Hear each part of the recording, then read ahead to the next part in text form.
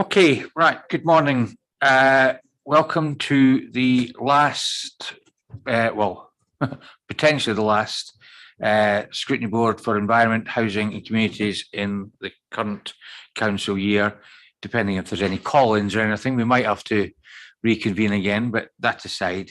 So welcome to the very last one. We've had, I think, a really good year. I think we've covered a lot of good subjects that affect our daily lives and affect the people out there that we all represent out there. I think we've done an excellent job this year, and we've covered a good range of issues.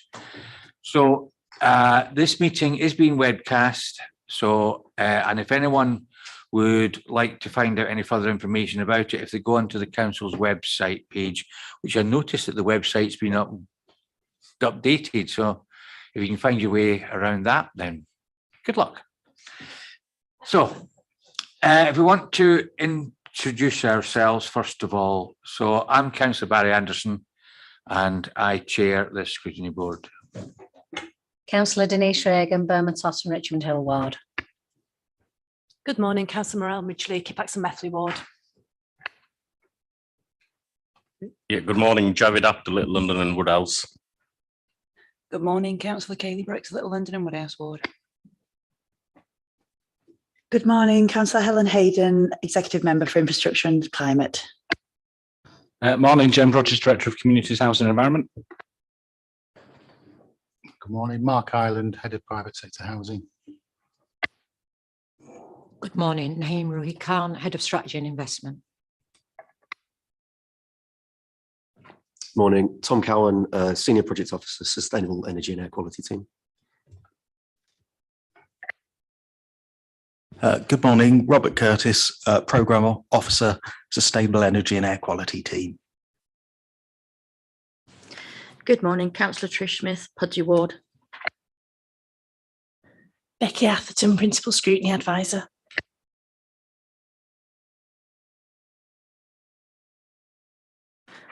Item 1, appeals. There are no appeals against refusals of inspection of documents. Item 2, exclusion of the public. There are no items excluded from the public domain. Item 3, late items. There are no late items. Number 4, declarations of interest.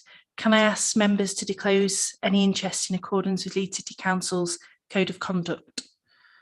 I'll take silence as none. And finally, apologies. Apologies have been received from Councillor Gabriel, Councillor Blackburn, Councillor Howley, Councillor Collins, Councillor Ritchie, who has asked it be noted that it's a COVID-related absence and he's self-isolating, and also Councillor Caroline Gruen, who was due to be substituting for Councillor Gabriel, has also tested positive this morning and is self-isolating. So we have quality, not quantity, today at the Scrutiny Board today. So, right, the minutes, as far as the minutes are concerned, are they a true and accurate record? Yep, so approved. The only point I'd bring to your attention, minute 59, the information from Leeds Watch hasn't yet been made available, but Becky is currently working on it, and as soon as she gets it, she will then forward it on to everyone else. Okay, with that said, anybody, any other items that they want to raise in the minutes? No, right. Item 7, fuel poverty update.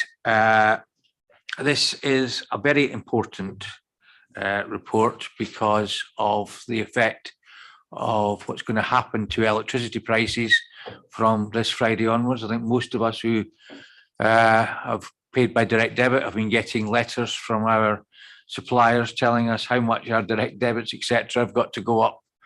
And so, and let's be quite frank, any thoughts we had about turning our heating down have probably gone today with the weather. So that's not going to help matters. So that said, now there's going to be a number of presentations today. Copies of the slides will be made available to members after the event. So who's leading on this one? Because Neil was down to lead on this. Tom from an officer perspective, and presumably Councillor Hayden from an elected member. So, Councillor Hayden, is there anything you want to say as an introduction before we pass over to the officers?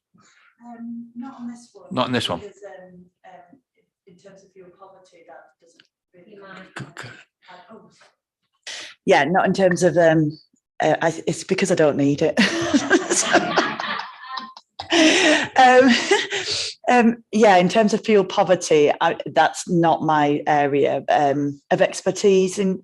But unless things, I mean, obviously with the energy crisis and things that are coming up in terms of renewable energy and things like that, which is why I'm here today. Thank you.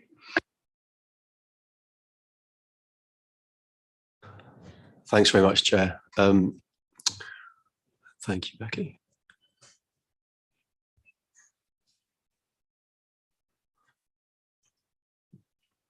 Okay, so yeah, the report starts off with a quick overview of the stats on fuel poverty. So I don't know if you can see that chart okay, but the latest figures in there are from 2019. It shows that fuel poverty in Leeds is currently 17%, and the English average is around 13.5% at the moment. The jump that you see this year mainly reflects the fact that the government is now using a new definition of fuel poverty. So we've gone from what was called a low income, high cost measure to low income, low energy efficiency. The main thing to take from it though, even though it's maybe not directly comparable with previous years, is that divergence you see from the English average. So in previous years, we'd seen a trend with Leeds going towards the English average. Now we've gone in the opposite direction this year. It's also important to be aware that the figures are now getting on for 3 years old, the 2019 figures. So the situation with the increase in energy prices is likely to be a lot worse now. Next slide, please, Becky. So yeah, the cost of living crisis, it's as the Chair's already mentioned, it's something everyone's concerned about at the moment. Inflation is expected to hit 7% next month. Rising commodities and energy prices are leading to inflation in most sectors, food, transport, clothing. But obviously, one of the biggest factors is going to be the increase in energy prices coming into effect from the end of this week. So this chart shows the increase in the energy cap in recent years. So we can see that from April is going to stand at nearly double what it was just a couple of years ago. It's gone up nearly £800, I think, in the last increase to nearly £2,000 for the typical household. And the other thing to take from this is that it's not just a simple increase for everyone. People were able to shop around before. So yeah, people who were looking to find the cheapest prices could often find deals that are a lot below the cap. That's not possible anymore. The cap is the best deal that you get. So for those people who were shopping around, the actual increase is going to be substantially higher. Now, the increase in inflation would arguably be less concerning if incomes are rising in line with it, but it isn't the case. Wages are increasing on average by 4%. Over the last 12 months, benefits are only increasing by around 3% for universal credit. And the other thing is that there's going to be an anticipated further increase in the energy cap in October. So we don't know what that's going to be. Some estimates put that at a further 29% on top of the increase we're just about to see. So yeah, it's very concerning for all concerned. Next slide, please. So we do provide quite a bit of support in Leeds for residents, and we have done so for a number of years. So just a quick overview of the support that we do provide. Home Plus Leeds, so that is a key support mechanism. It's delivered by Care and Repair, Groundwork and Age UK. It provides low-level support. So we're talking about advice, fairly low-cost measures, and it costs us around £60,000 a year, but that gets us around 900 contacts for that funding.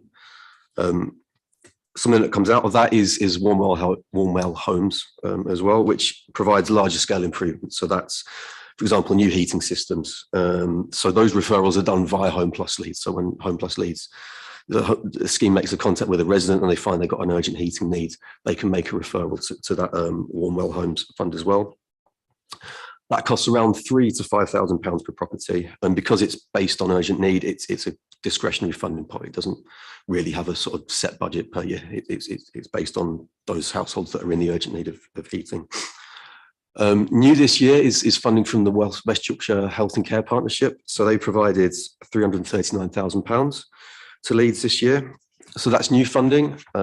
It is because it's health-related funding, it's targeted at two groups of people. So that they're people at risk of hospitalisation due to cold-related illness. And it's also targeted at those who have health conditions that mean their electricity bills are likely to be a bit higher. So people who have to run ventilators or have electric wheelchairs are more likely to experience fuel poverty for that. So they're entitled to be referred for this funding as well.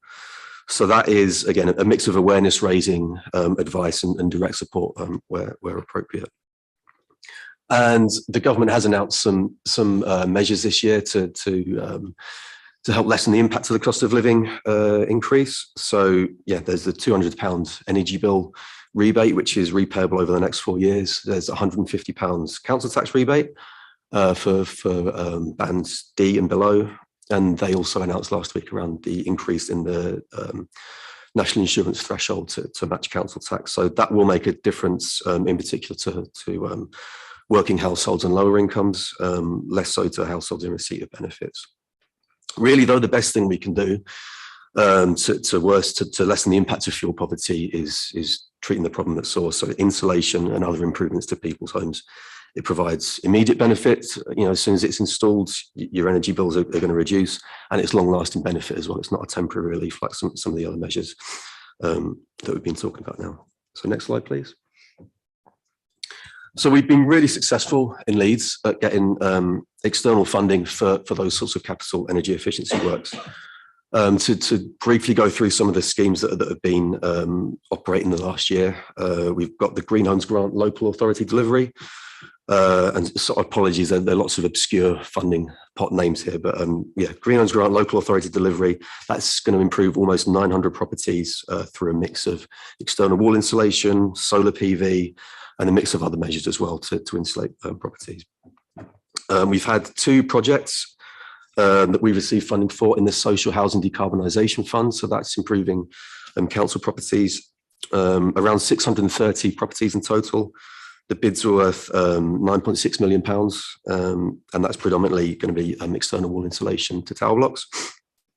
We've also had the Social Housing Decarbonisation Fund demonstrator in the Holtdales area, which is around, I think, 130 properties for deep what we call deep retrofit, which is installing installation and a whole load of other measures as well to really get the energy use down for those properties. And we've been really successful at getting ERDF funding as well. So we've successfully received applied for £26 million, which is about 83% of the £31 million that's been available in the whole of West Yorkshire. So that includes energy efficiency projects, including more acronyms, TIB, transformative insulation and back-to-backs, Fit in the Future, Lincoln Green, Clustering for Warmth. So all those projects have been funded through that European funding. But the funding landscape is changing. So that Green Homes Grant Local Authority Delivery Fund, that's ended. There's no more rounds of that. ERDF is ending and it's going to be replaced by something called the Shared Prosperity Fund. We don't have all the details of how that's going to be administered yet, but it does look like it's going to be, well, it will be administered through WICA. Now, given that, you might say they might not be so happy with us obtaining such a large share of as we did for ERDF for West Yorkshire. So we may not be getting such a large share as we have in the past. But overall, that means that there's little available, in particular for solid wall properties in the private sector, so for owner occupied and rented properties. And those are really the sorts of properties that we need to treat the most. So system built properties and hard to treat cavity properties. It's going to be difficult for us to find funding for those in future. Next slide, please. So finally, the report talks about an approach that has been successfully implemented in Leeds in one particular project that we want to take forward and develop further to larger areas. So Holbeck Group Repair, which is being led by Mark and his team, is a project to improve around 130 properties in the recreations area of Holbeck. Just under 100, I think, have been completed so far, and it's installing a whole load of improvements to those properties. Insulation, new roofs, new windows, doors, repairs to bin yards, dormers, chimneys, the whole properties are being improved. It's a cross-tenure approach as well, so it's private rented sector, owner-occupied, and the council properties in that area. And the benefits of taking that approach mean that benefits accrue to the wider area as well. So the neighbourhood's more secure, the street scene's improved, the whole area sees an uplift because of that approach. Because you're able to tackle the whole area rather than individual properties, as we've only been able to do with certain other funds. We want to scale this up, and this is really the key ask of the paper. We want to work on a business case to take the approach that's been successfully applied in Holbeck and work it up on a larger scale, apply it to a larger group of properties in the neighbourhoods with similar profiles of Holbeck, similar sort of levels of deprivation, where those benefits in the neighbourhood are going to be seen as well. But where hopefully those benefits will be greater because you're working on a larger group of properties. So yeah, in terms of funding for that, the Shared Prosperity Fund may be a route for that. This sort of approach is in line with WICA policy objectives. They endorse this approach in their policy goals. So yeah, we wanted to work on this as an approach to take retrofit as the kind of the sort of focal point for regeneration in the area and working it as a larger scale and really see those benefits accrue to larger neighbourhoods and take it as a model that can gain funding for the future. So yeah, thanks for listening, everyone. That's the summary of the paper, and happy to take any questions. What I've decided to do is I'm going to take all the papers so that we've got everything out there, because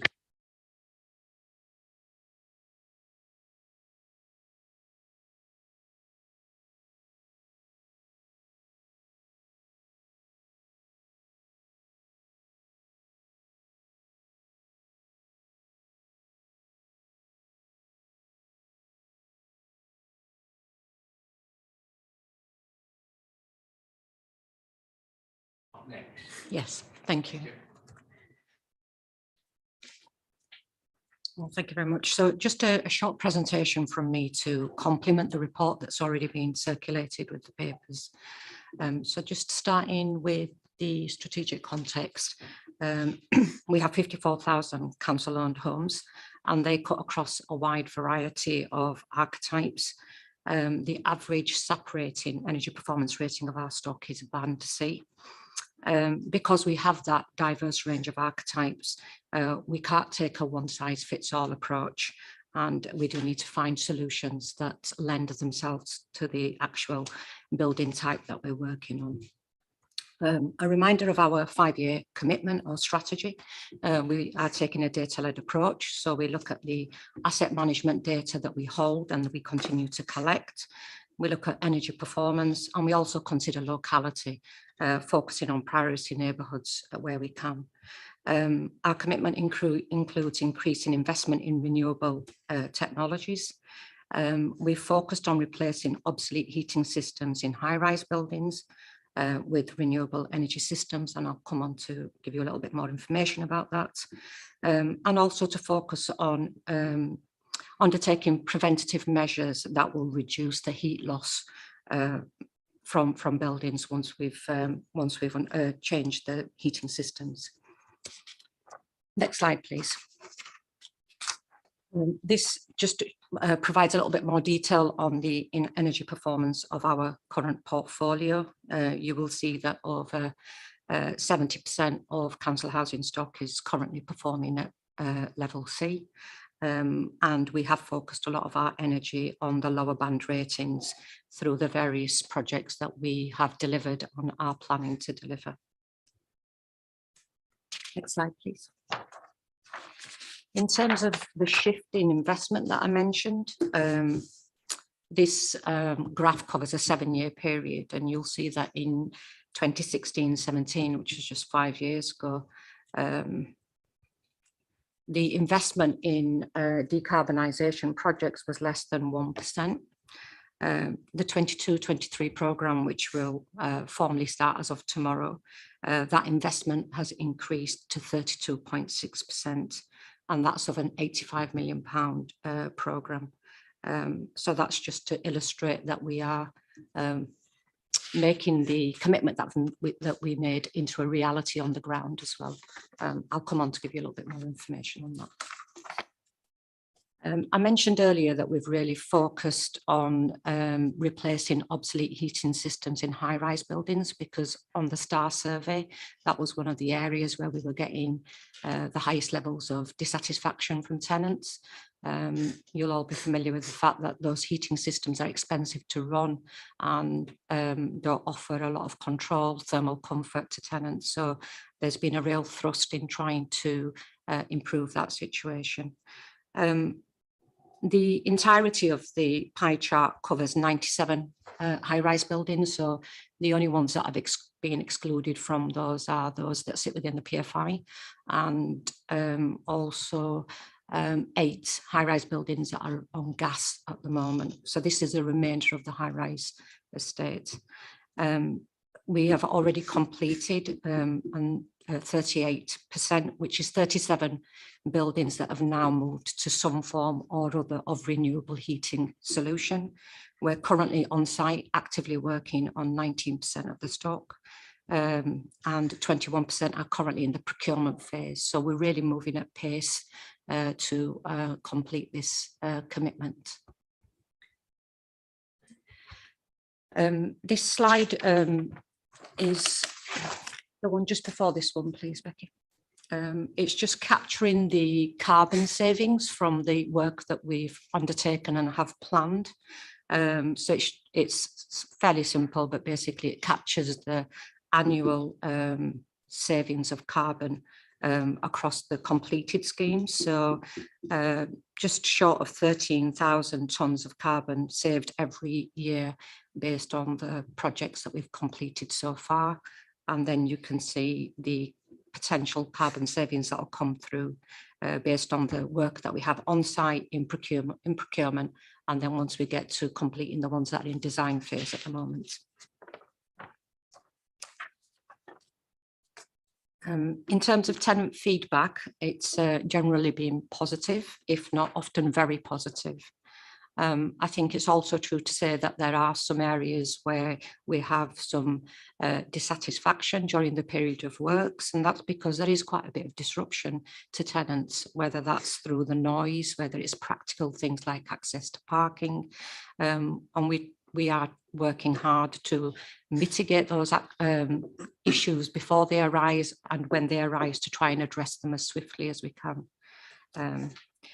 One of the reasons for that is that we have quite a limited time period for engaging with tenants ahead of the work, and that's mainly been driven by the very tight timeframes by which we can access funding. So in order to canter through the programme, it means that some of the things that we would probably spend more time on at the start of a project, we've had to concertina that and do that in a shorter period of time.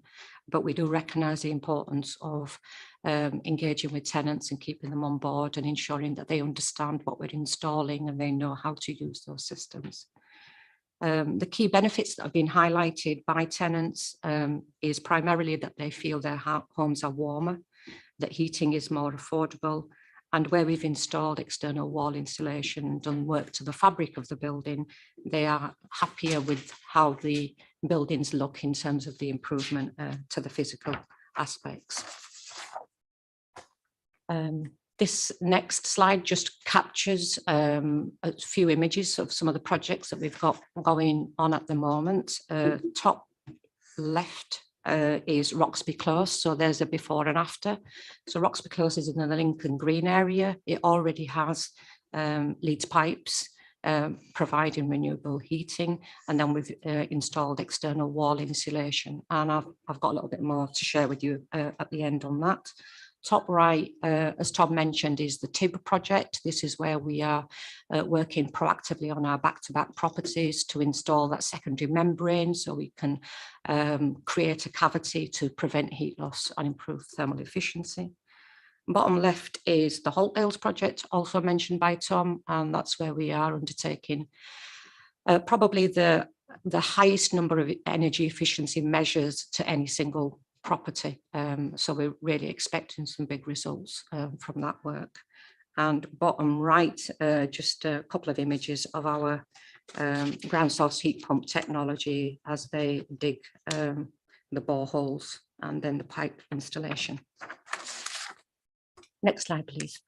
So this is just to capture, to share what is actually happening on the ground at the moment. So in terms of that 5-year programme or commitment, we currently are working actively on 18 high-rise buildings. That's 916 flats or homes. In addition to that, we are working on 192 low-rise system-built properties. So this is what we describe as open work on the ground at the moment. And I think it's important to say that this work is going on alongside the rest of our programme. We're still undertaking fire safety work, kitchens, bathrooms, roofing, rewiring, but we've really amplified the work around decarbonisation. The types of activity include air source and ground source heat pumps, external wall insulation, new windows, doors, different forms of roofing that allow us to meet the output as required by the funders, solar PV and mechanical ventilation. We're also now exploring hybrid systems. The locations of where the work is happening, I won't read the different wards out, but you can see that it's spread across the city. And in terms of the work that we very recently completed, that forms part of that 5-year programme, we moved at an accelerated pace on the ground source heat pumps. We've completed phases 1, 2 and 3. And we've also recently completed the work to Roxby Close. And then just finally, I have a couple of testimonials, if that's okay to read out. So the first 2 are from tenants that live in Roxby Close. And as I mentioned earlier, that's where the district heating system is already in, but we've managed to do the fabric work as well. So these testimonies, I think, should evidence the benefits of when you can take that whole building approach and do more than just one thing. So this first testimonial is from a female in her 20s. She said that her flat is a lot warmer. Prior to works, my heating used to come on whilst I was at work, yet now they're only coming on as the temperature is not dropping it enough for them to come on whilst I'm not there.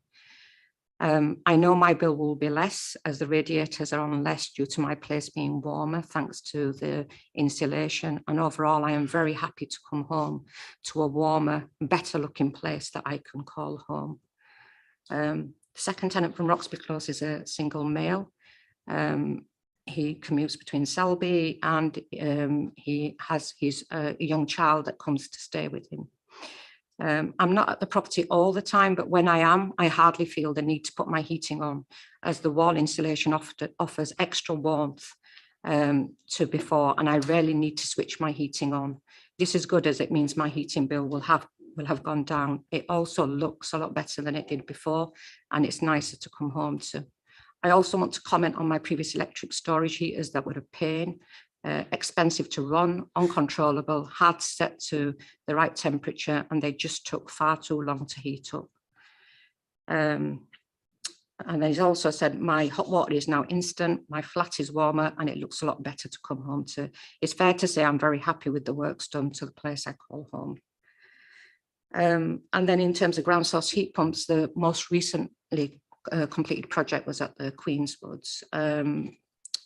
We have a single male who said works are very good indeed. I love the way my property functions. It's very economical. Before it was a lot more expensive to run as the heaters needed to be on a lot longer. I keep my radiators at 17, 18 degree and it's enough. It's very good and I'm more than happy. And he said, it makes my life easier and less expensive as I work from home from time to time, and it's one less thing to worry about. We don't really have metrics on how people's well-being is improving through the works that we're doing. So that's why we're relying on testimonials. And finally, a female with 2 small children. She said, I have 2 small children. So before it was a nightmare. I had to plan bath time and at any time that used hot water. Now I have more convenience. As I can get hot water whenever I need to, and it makes my life with 2 children much easier. It's also cheaper to run, and I find keeping the heating down low is all that is needed to keep my property warm. I'm very grateful for the work that's been done, and it's helped improve my life greatly in comparison to the electric storage heaters that were here before. Thank you. That's it. Thank you very much. And obviously, the pilot testimonial show what's actually happening, rather than any politician or any officer expanding on the virtues.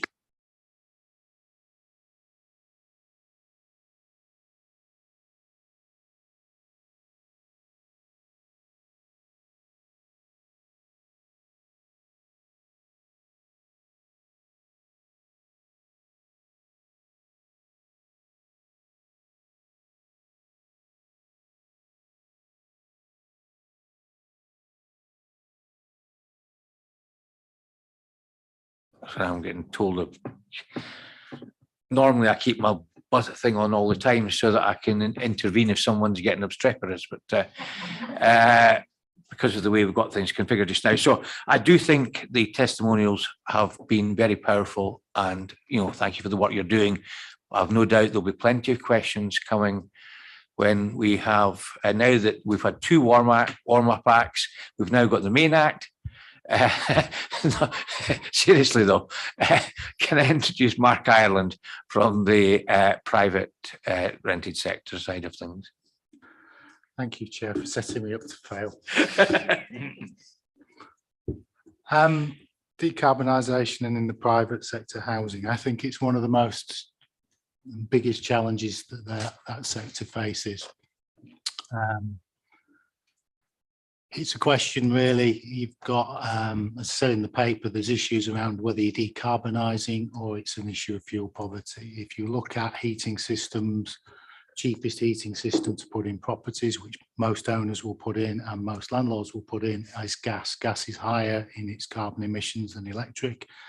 We heard earlier about the 52, whatever % it will be in April, plus following on in October. To put electric in, especially in some of the more challenging properties, older properties, is not fuel efficient. So it's that balance between the heating system, what you do with properties, is it decarbonisation, is it fuel poverty? Another issue that we have is contradictory legislation and guidance. In terms of standards, it's DLUP. And in terms of the carbon agenda, it is colleagues in Bs. Whilst we talk to both have slightly different agendas, different approaches, and at times the legislation and guidance we get contradict each other. We have a duty under Part 1 of the Housing Act to address excess cold, but some of the information and guidance we get from DLUP and the direction of travel will not address excess cold. Some of the works that we have to do under PAS 2035 actually can create a Part 1 hazard. So we need to work with government, and we are working with government to try and address some of these contradictory pieces of advice that we're getting. Next slide. 25% of our homes in the private sector are within the pre-1919 stock. You've heard from Tom earlier, there's unlikely to be a lot of money available. They are the hard to treat properties. They are tending to be the ones that will cost more. We've mentioned Holbeck back to back. They are currently around £26,000 a property for the works that we're doing, increasing in material costs currently roughly 10%, so they're closer now to 30%. And the changes in the requirements that we have in meeting standards from PAS 2030 to PAS 2035 will put another possibly £4,000 or £5,000 on that. So you're going from 26 to somewhere closer to 35,000 for that type of work. The main private sector housing in the city is actually owner occupation. It's about 69% of properties are owner occupied. So there's an awful lot of work to be done with that sector if we are to address the issue of carbon emissions. The private rented sector itself, over 50% of it is actually in the most hard to treat stock, the pre-1919 stock in the inner city areas. The inner city areas tend to be dominated now by the private rented sector, and you're talking about low capital and low rental values, which makes the economics of it more difficult for people who are renting in that sector. Next slide, please. Again, there isn't a single market. There's different markets, different needs, different requirements from the private rented sector. So the one model doesn't fit all. I mentioned earlier the cost of works for owners. Talking to George, I think to meet EPCC in the city, we're looking at about £9 billion. So we're not talking small amounts of money. It is significant, the investment that's required to upgrade the stock, both in terms of fuels efficiency, but also in terms of decarbonisation. At the moment, when you sell a house, it's not something that gives you a market advantage or is a selling point. If you look, yes, there's EPC certificates, but people are probably more interested in location, schools, etc. What can we do? We offer education, we offer help and advice. Tom mentioned the access that we have and the support that we can give people. There is some finance available. There are loans, there are grants again. Tom detailed those. I think the issue for us is, if you look at the work we have done in Holbeck, the money, the first phase came from the local growth fund. So it was about employment, not about fuel poverty or decarbonisation. And the second phase got from the Get Building Fund, which was to restart the economy post the first lockdown. Both pots of funding, while we could access them and we met the criteria, were not specifically linked to fuel poverty, energy efficiency or decarbonisation. We do have enforcement. We have Housing Act Part 1, excess cold, that allows us to put in things like central heating, etc., to upgrade people's properties. And we do have minimum energy efficiency standards, although they are limited use because of a lot of exemptions and the level, but I'll come to mentioning the changes in that towards the end. We obviously increase awareness. We have Twitter, emails, alerts. We work with the sector itself. We work to look at making greening and carbon reduction part of house improvements of the norm. So we work with people to try and get them to understand that if you are going to re-roof a roof, it is easy to insulate it while you are doing those works. If you're going to replaster a wall, it is easier to replaster after you've done the energy efficiency works than put them in retrospectively, because you're going to have to do them. And finally, future potential changes. And again, going back to this conflict I mentioned in slide 1, we know there is going to be a white paper on the private sector housing. There is talk of home standard across all tenures. That includes a thermal comfort test as one of the 4. That's more around use of energy and insulation. It is not about decarbonisation. We're expecting the energy bill around June. We're expecting in the energy bill the government's feedback on whether or not EPCC is going to be a requirement to rent your property. There is talk about that being 2026, very short. That will raise issues. Going back to what I said, it's going to cost about 9 billion quid to actually bring them up to date. At the moment, it's 2030, and we're waiting to see what that actually entails. Well, thank you, Chair. Thank you very much.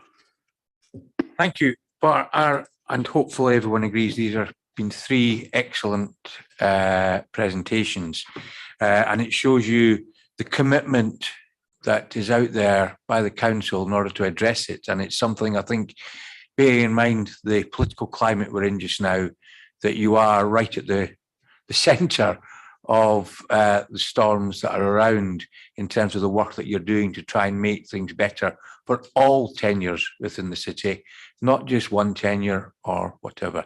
Councillor Hayden. Thank you, Chair. And I think the way of doing the 3 presentations together just exemplifies all this cross-cutting, because, as I said at the beginning, I'm not here for fuel poverty. I'm here for decarbonisation. Having said that, it crosses over all the different, and that's why I'm really delighted that, you know, the council is at the forefront of investigating, of bidding for money, and which it does extremely. The officers are extremely competent at doing that, and the money that we've been able to bring into the city has meant that actually businesses have come to the city as well, who see that there is the amount of work going on in Leeds that they can tap into. Because it's cross-cutting, I think what we've done in Holbeck is what needs to be taken forward about doing that kind of holistic approach and doing a kind of whole area rather than just one intervention, and also the broad breadth, because air source heat pumps are great, but they cost a lot in electricity, which is 4 times more expensive than gas. Even I know gas prices are going up at the moment, but if you couple them with PV, solar panels, and then they can be much more efficient, as well as with the retrofitting and the insulation, people not having to put their heating on, as we heard in those testimonials. But they're no good for back-to-backs. So it has to be, it can't be one size fits all, it has to be a range of ground source, air source, insulation, but materials first approach means that we can make those improvements. And when myself and Councillor Rafiq were down in the recreations with the mayor, and a mother with 4 children that we spoke to, she said her children can now do their homework in the bedroom. So it's not even just health and well-being, it's educational and therefore employment opportunities in the future, and whole quality of life for everyone in the family. So I'll leave it there, but just a huge thank you to the officers for those presentations. Opening it up to questions. Do either Councillor Rafiq, does he want to say anything at all? Not a great deal, but just to add on what Councillor Hayden said, I think it's the work we've done in the whole of the group scheme is excellent. I think there are obviously, given what Mark has said, there are some great challenges, particularly in the private sector, given that 69% of the homes are owner occupied, and without grants, we can't sort of force people to kind of, and many of those are in sort of inner city areas as well, terrace houses, and so that's the challenge we have. It is somewhat sort of easy for us to, whether it's through selective licensing, like we've done recently in Inner East and in Beeston, to work with the landlords as to find a way forward. It's not so much with the owner occupied properties. With regard to our own housing, I think as Naeem has outlined, we've got a very ambitious, but one of the biggest capital investment programs we've ever taken, and I think by the end of June we'll have out of the 105 high-rise buildings, we'll have about nearly 60% completed, which I think is a testament to some of the work that's going on in the city. I think it's still a long way to go. It's not just the high-rise, it's our other housing as well. But I think whether it's we're doing around energy efficiency, the carbon, but also the life cycle replacements. Everything we do, energy efficiencies is at the heart of it. So we're kind of bearing that in mind, and that's the way it should be. The forward it should be, Chair. You want to add anything? I've been in danger, I think, of repeating others, Chair, if I spoke too long, but I suppose just to say briefly that clearly this is an important agenda for us all, and I think the 3 reports that you've heard today show the great work that's been done, but also emphasise, I think, the scale and complexity of the challenge that we have when you look at the stock that we've got both in the public and the private sector, and really welcome members' sort of thoughts and consideration about how we move forward.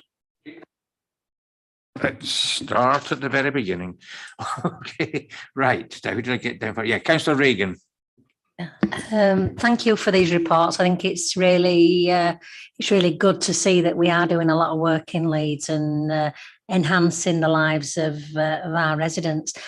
I would like to say I've been proud to represent Lincoln Green, which is one of the priority areas that's had those improvements in Roxby's, and I've heard residents saying that it is a lot better. Also in Saxton Gardens and in other parts of Eber Gardens that's had the pipes treated, their bills have come down massively. and the houses are warmer. What I'd like to say is that I would think the movement on this would have to link in with communities work, and it will have to link in with our priority neighbourhoods and our lower super output areas, because if we don't do this in combination with other things that we're doing within communities, it's a no-go, isn't it? We're not going to enhance anybody's life of expectancy, of health and of education and of employment. So I would like to see that we look at this and expand that programme into these areas, and specifically within those selective licensing areas of Inner East. Thank you.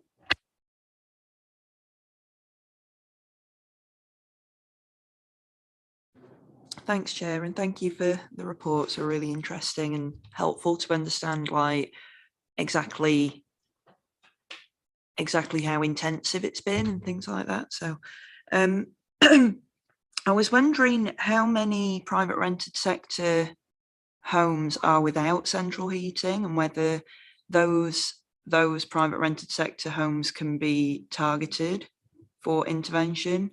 I know that you sort of touched on it. But I was just wondering if that's been measured and what sort of actions are in the background, because obviously running electric heaters is really expensive and not the best use of energy. So I was just wondering. Thank you. In terms of exact numbers, we don't fully know.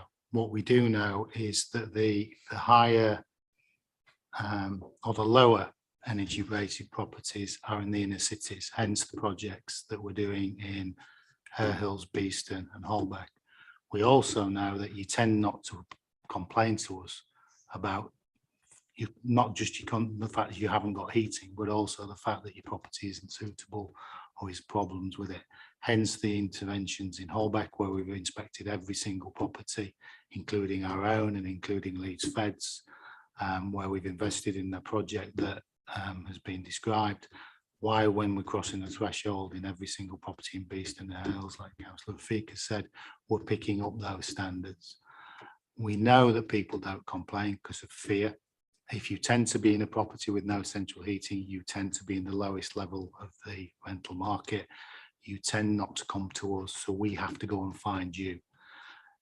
We have got data, we do use the intelligence to target it, but we do know it's in those areas, and hence why selective licensing allows us to cross that threshold and get in, and not just address the issues of, as it's been described earlier, it allows us to address people's issues around their income, get them support for green doctrine to support if they have got it but don't know how to use it, maybe access to funding to go improve the property. But where it's privately rented and they haven't got them in, then we will just take the appropriate action to get that put in. It's not a problem. We do it anyway. It's cross city. We know where it is, but if we come across a property, we have a duty. This is the bottom line under Part 1 of the Housing Act to address excess cold. And if you haven't got it in, if you fail that, you could have the wrong central heating in. So there's case law that says somebody who's got electric heating in, which was too expensive to put in, therefore it was still met the criteria for excess cold.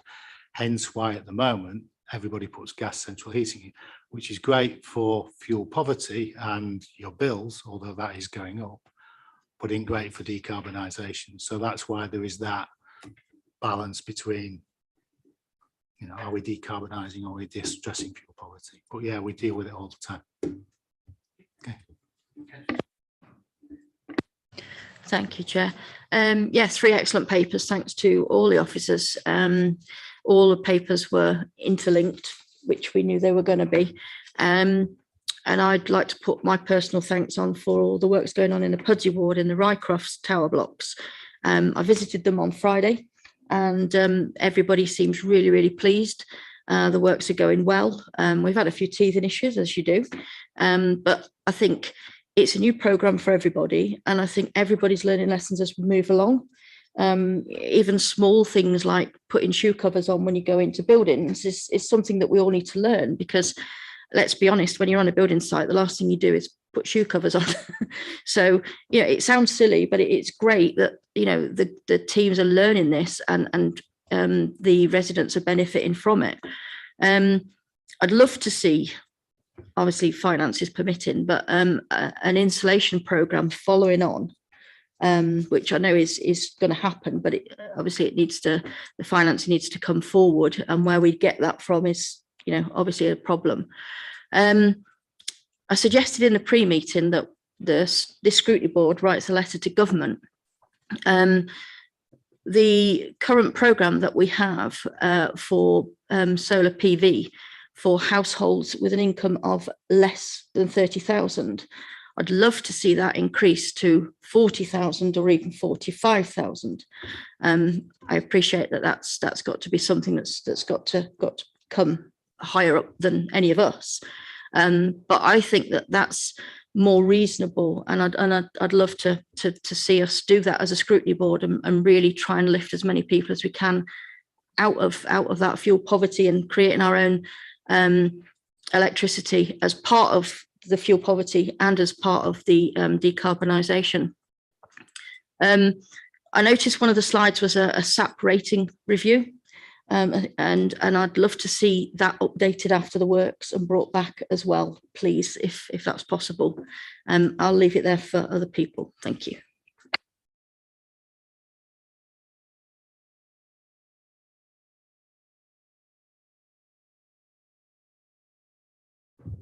Thank you, Chair. It's just going back to support for residents.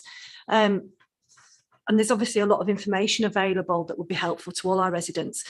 Is there any way that we could have a direct link on the front page of our council website that people can access? Because it is hard to navigate at the best of times, but this is an issue that's going to affect most of our residents, if not all of them. So if they have something that's straight there as soon as they go on the website to direct them, I think that would probably be a big help. Thank you. Just thing that we talked in the pre-meeting was the issue of the housing officers going in and calling on council tenants, and the home visits are as robust as what they were.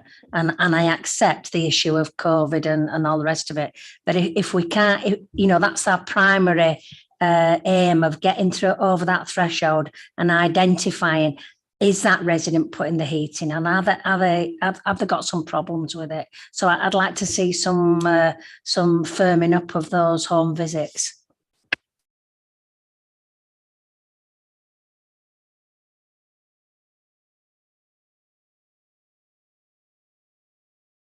Sorry. The issues that I think we need to look at, and it's going to be difficult in the short term, is how we monitor the improvements that are going to come from it, because there is that, you won't be able to prove any vast improvement in terms of costs of running the schemes just now. No matter how hard you try, you won't be able to do that. If, however, there is some way of collecting the usage, that might be one way to see if people, although their bills are costing them more, if they're using less of the product, then I think that would be a tick. And it's just to think about in the future, once we, in the hope that we do get to the end of the current problems, energy problems we've got, that how you can monitor it so that you can come back to us and say, right, we've now saved X amount of this. The residents have now been on a downward slope in terms of their usage. So energy usage is coming down, which meets our climate emergency provisions, because there's obviously less carbon. So we're getting closer to the zero carbon date. Doesn't matter whether it's 2030, 2034, 38, 50, 40, or whatever it is, we're moving in the correct direction, and it will help that. The other thing I was going to say is, I think we do need to make sure that at the next neighbourhood improvement boards that we maybe start putting an agenda item on as to what's happening in those neighbourhood improvement areas to improve the energy efficiency, and if anything more could be done. And also, I know that we do have a lot of oven-ready schemes, but have we got oven-ready schemes in these neighbourhood improvement areas? Have we, so that we're actually ready? I think the point that Councillor Reagan made, I think it's how you do the efficient use of the new systems. You're tutoring people how to use them just now, but by the time the peak comes in October, November, will some people have forgotten how to operate? When should you have your windows open? Where should you be drying clothes and various other things like that cause all sorts of issues. And people maybe put heating specially over, or they'll put clothes over the top of the heater, in terms of the efficiency and the effectiveness of these things.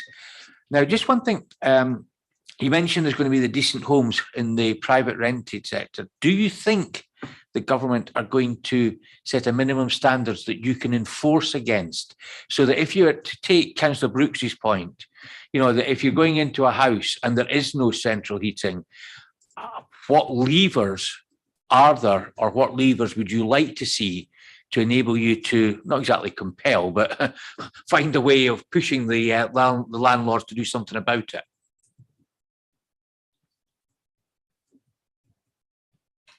You can come in before he answers. Yes. Thanks. I would push for expanding selective licensing across the whole city. To be honest, I know that the government is not in favour of a whole city area being, but I think if we can illustrate that there's a very big problem across the city, because I know it's not just going to be a problem in the inner area, it could also be in pockets of the outer area as well. I think that would be a really good way of tackling that.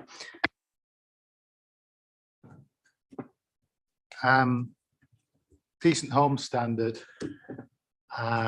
already has, as part of that, free from Cat 1 hazards. So it already covers what I described earlier as the enforcement regime.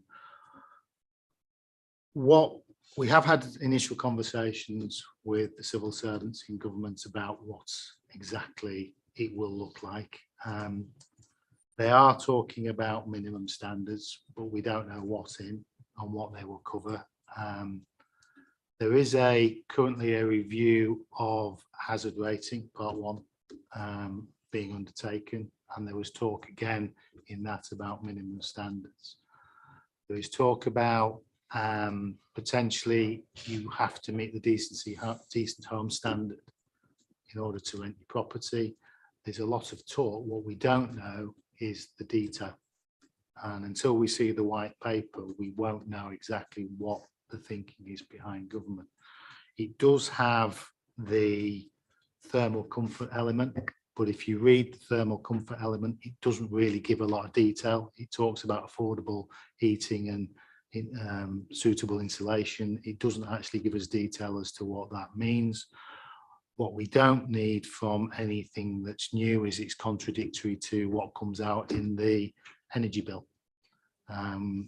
So if it's going to be, you can't rent your property unless it's EPCC, that surely should be the equivalent in the standard for thermal comfort.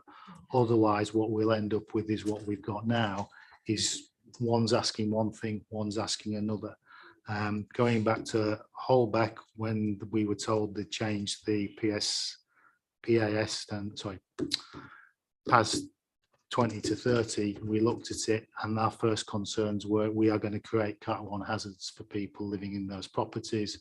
So we're going to look at piloting 2 properties to actually understand what it actually means in reality. We do lobby government about it. In terms of the standard, we just have to wait for the white paper, to be honest. But we are raising all the issues that you've raised here about, can it actually be workable? If you do get more powers and enforcement action can be taken, how ready would you be to be able to start running with that? Because one of the things I've heard a lot about ground source heat pumps is they're great, but there aren't that many people in this country who are actually trained to actually install them. And if you were given the powers, have you got, well, I know you've not got enough staff to be able to go out and enforce it in various private rented sector. So how can we as a council prepare for that eventuality so that we can start going to the colleges or wherever it is to get people trained up so that you can then employ them and take them? Is there anything we can do, or is this pie in the sky and me and wishful thinking? It's very difficult to prepare for something we don't know what it is, to be honest. In reality, with Leeds is always, it has and continues to be consulted by civil servants about how you implement it. So we do have a heads up. In general, we talk to the universities about the next generation because it's part of succession planning. We won't all be here for, forever. So that's already ongoing. But in terms of any new legislation, what you tend to find is it takes around 12 to 24 months from it being enacted to it actually starting to make a difference, because you've got to change everything. If there is new powers, you would have, there's all the work that you have to do to create new notices, go through the legal process, the checks, etc. You will then go through the process of serving notices or whatever. You end up with new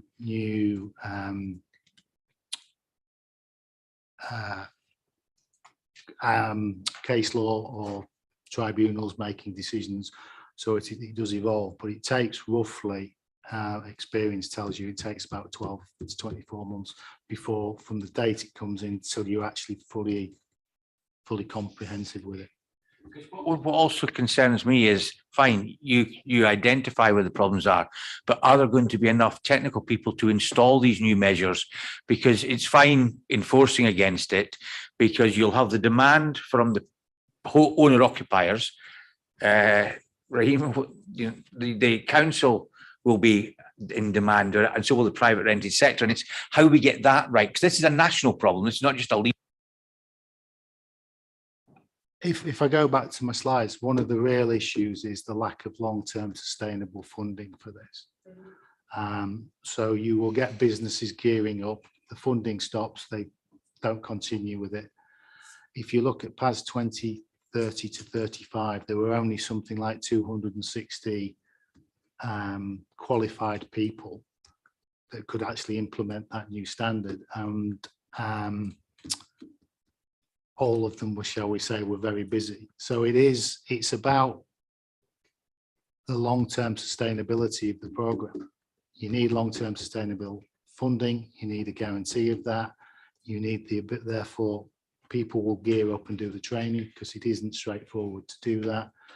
If you have that supply chain and you build that up, then your costs will come down because more people are doing it.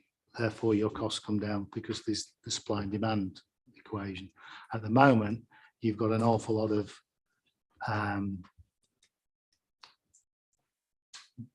issues coming out from government about what they would like to do, but there isn't the actual supply chain, or there isn't the training, and that's something that definitely needs to be addressed. But you only do that if companies have the guarantee, these the wrong word, but have the confidence that that is going to be sustainable. Because what we find is, if you look at Holbeck, the funding is, we look for it and it doesn't necessarily fit the agenda to which we're talking about here. It will fit other agendas, but there are gaps. So it costs us to close a site, open a site, additional costs. If we had consistent funding, you can continually do it. You know where you're going, you can reduce the funds, you can reduce your overall costs, but you also get the guarantee in the fact that people will have the confidence to train and manage. If you know that something is going to be long-term sustainable, you can buy the products and materials in advance, and you therefore overall get reduced costs.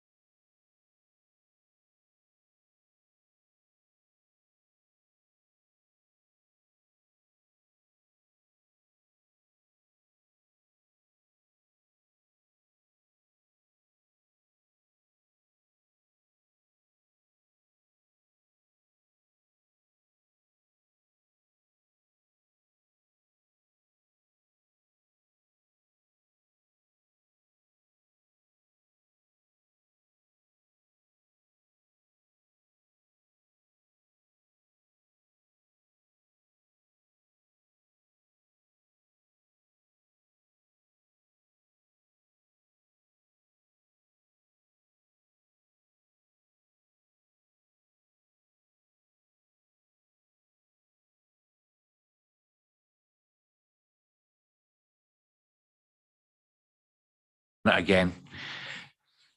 Sorry about this, because normally I can just sit and I can keep my mic on all the time, but because the system's not working, it's not very easy.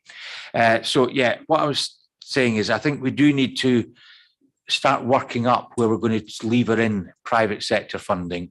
Yes, the public sector has got a big to go, but I know from attending a number of seminars that there are a lot of private people out there who are looking to invest, and one or two organisations are starting to develop green bonds. Now, they're not taken off to any great extent because they're only offering returns of maybe 1 or 2%, which I know is greater than a lot of other accounts. But I think some people to put funding in need to see that they're going to get a return on it, and it's how you work out that return. The next thing I was going to say is about the letter to government. I think that's an excellent idea. But what I would suggest, it would probably be better, as well as coming from, if we can get it done before the May elections, then fine, it can come with my signature on it. But I think it would be good to come from the Scrutiny Chair and the 2 exec members who are present here today, because it then shows that it's, well, cross-party, because Scrutiny is doing it, and it will help to add weight to it. So what I would ask is if officers could come up with some suggested content for that letter and then pass it to the 3 or 2 of us, depending on what's happening after the elections, so that we can actually again get that sent down. We can get it done beforehand, good and well, but there's other priorities probably just now. But I think it would be better if it would come across cross-party, and it's probably the way forward. And then the final thing is the website. I'm relatively lucky in that I used to sit on the fuel poverty group that we had.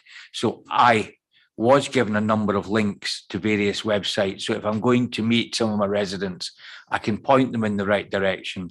It might be worthwhile looking at what's available via the website for councillors as a remote resource that they could pick up, so that if they're in someone's house and they've got their iPad with them, they can then, provided their iPad allows them access to the Wi-Fi or whatever, they can then access that information there and then, point the person in the right direction, or even help some people fill forms out to get things moving, even so that it's even making referrals back into the various council things, because we as councillors are probably going to have the closest contact with people over the current financial crisis, because we're going to receive people at surgeries, on doorsteps, sending us emails. And, I do think it's something that maybe is, from a scrutiny perspective, we can look at. The final thing we need to make a decision on is the point that's on page 15. We've been asked if we are willing to endorse the proposed way forward. The exact wording on page 15 is to endorse the development of a business case for a cross-tenure neighbourhood-based retrofit demonstrator project, building on the successes of the Holbeck group repair project and scaling it up. Are we happy to endorse that? Yeah. Thank you. Happy to endorse, but have we got any mechanism to put a charge on private properties, so that, because I'm not asking private owners to pay up front, because very few people have got that kind of money, but is it possible to put a charge on the property so that a percentage of that money, when sold, the property sold, comes back into our coffers, so that we can then reinvest that somewhere else? I don't know whether it's possible or not. Yeah.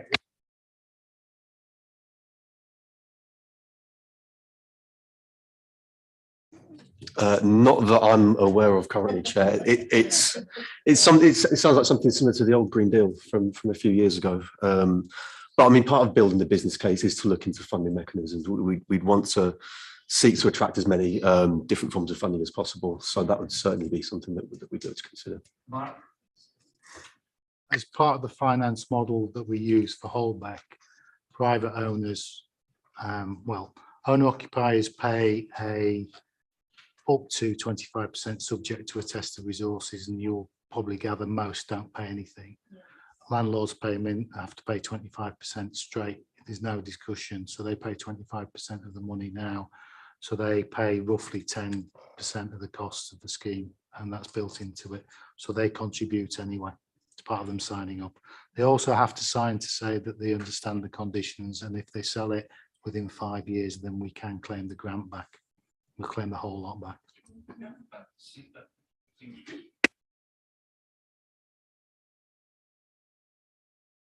Just to go back to the suggestion that on the front of the website, which I think was an excellent suggestion, there is on the front of the website, it says benefit and support, which is where affordable warmth comes under. If we could just, if it came from the scrutiny chair, it says information and advice on housing benefit, council tax support and free school meals. If it just got added in that sentence, and it wouldn't need changing, that actually that's where you go to for affordable. Yeah.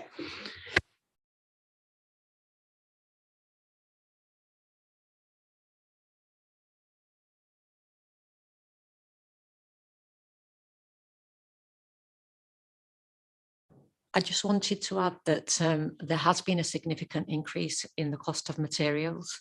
So in terms of the ambition and the plan that we have, that is being impacted on by the increase in costs. So just as an example, the cost of external wall insulation of the last couple of months has doubled. You know, our money is not stretching as far as it was previously, and that might be something that you may wish to cover in the letter to government. Thank you.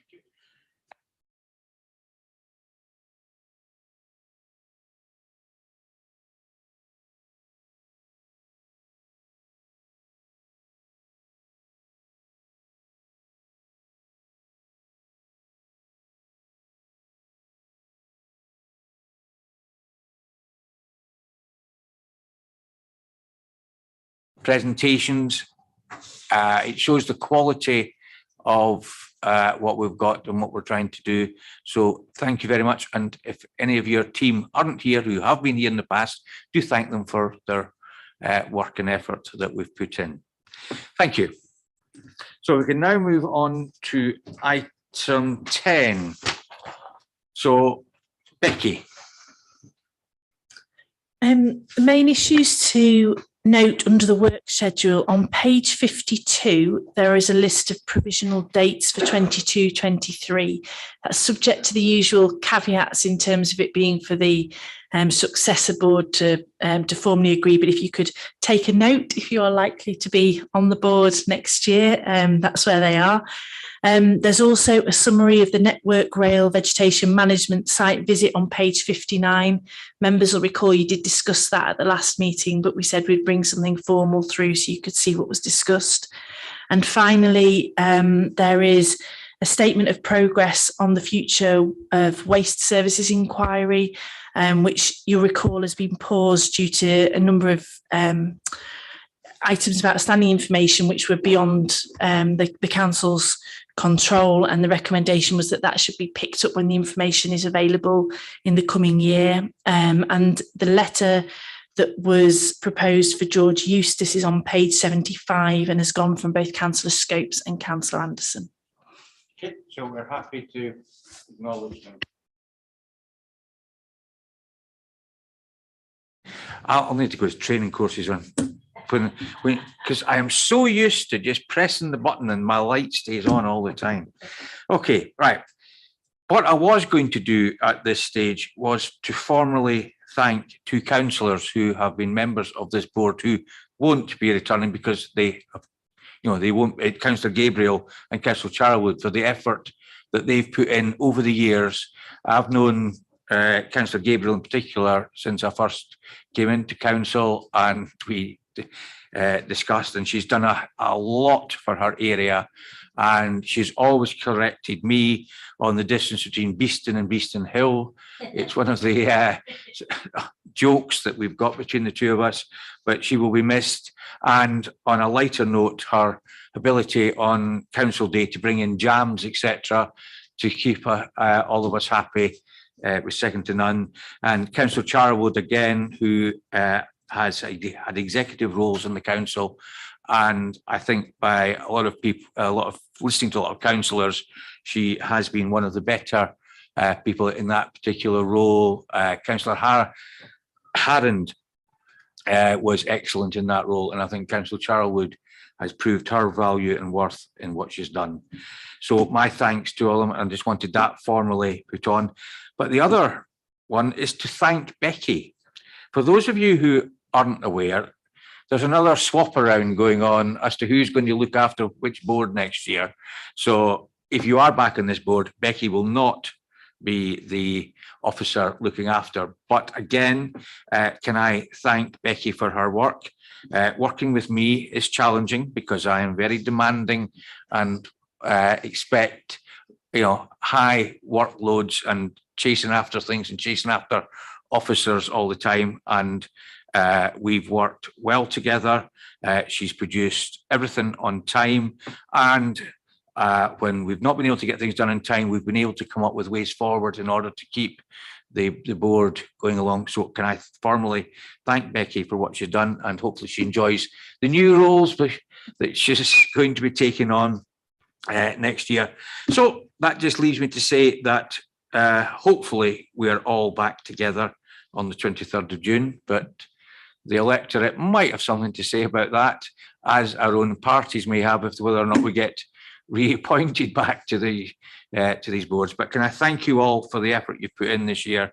It's been excellent. Yes, we've had one or two political debates, but in the main, I think this scrutiny board has been an example of what can happen. Cross-party support, working together. Yes, there's challenge, and hopefully the officers have also enjoyed the challenge that we've given them as well this year, in that when they come here, they're not going to get an easy ride. They're going to be challenged and asked to justify and explain why they're doing things. So with that, can I thank you all for your effort that you've put in this year? And to James, can you go back and let your officers know that we have appreciated the work and effort that they've done. Thank you all very much. Thank you.